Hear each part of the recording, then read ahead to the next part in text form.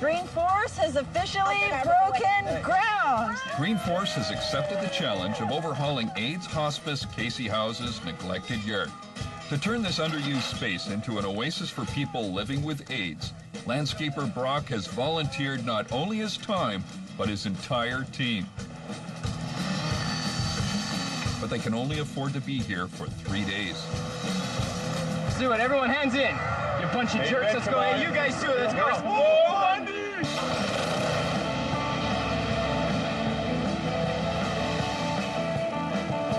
My mission here is to make the garden really unique for people living with HIV and AIDS, and the way that I want to be able to do that and find out how I can do that is to talk to somebody living with HIV, but not just any patient, one that's been living with it for 21 years. You got to keep in mind that the disease has only been around for 25, so the longevity of Ron is remarkable. What type of things can we do in the garden to make it unique and special for yourself and for others living with HIV? One of the big things is wheelchair accessibility, because that's a big problem for people living with HIV. And also a place where it's shady and that we can sit under a tree, because one of the big things taking the drugs is we can't sit in the sun. We can't take a lot of sun. Okay. And having somewhere just to sit on a bench, listen to water, is even such a big stress relief. Yeah. And I think it actually boosts my immune system rather than being at home, sitting in my apartment, living in isolation, having no place to go. I'm really motivated to do something specifically for Ron. If he comes here and it makes him feel great, it's gonna make me feel great. Doing the paperwork. No schedule. Quotes. Girlfriend's phone list. That's Sparky. Woo!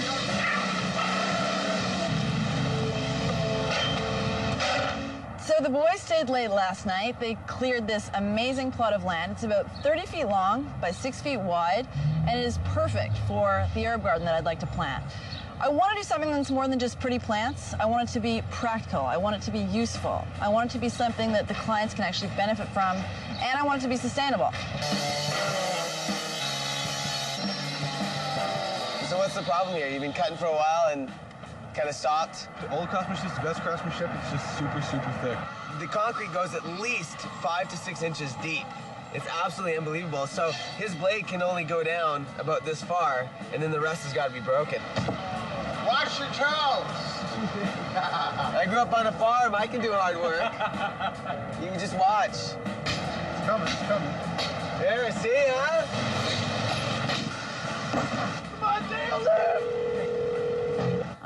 What we do is basically take blighted urban areas, lots of concrete, and we change it into green space. I'm not so sure that's a good idea. So right now we're working at Casey House, the AIDS Hospice, and we wanted to do a medicinal garden.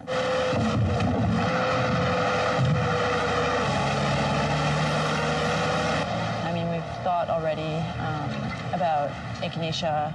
We've got, we're thinking about basil, lavender, because we were thinking about some teas as well. Okay, cool. So you guys are gonna deliver everything? Yes, we got what we need for free.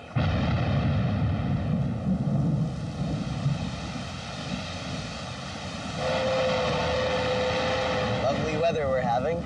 More than 20 centimeters of rain fell overnight, flooding the entire work area. But torrential showers aren't going to stop Brock's crew, yet. How is it working in the rain?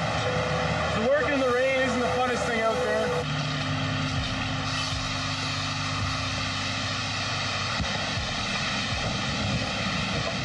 But as the day continued, so did the rain. Freezing cold. Well, guys, it looks like this weather's gone from bad to worse.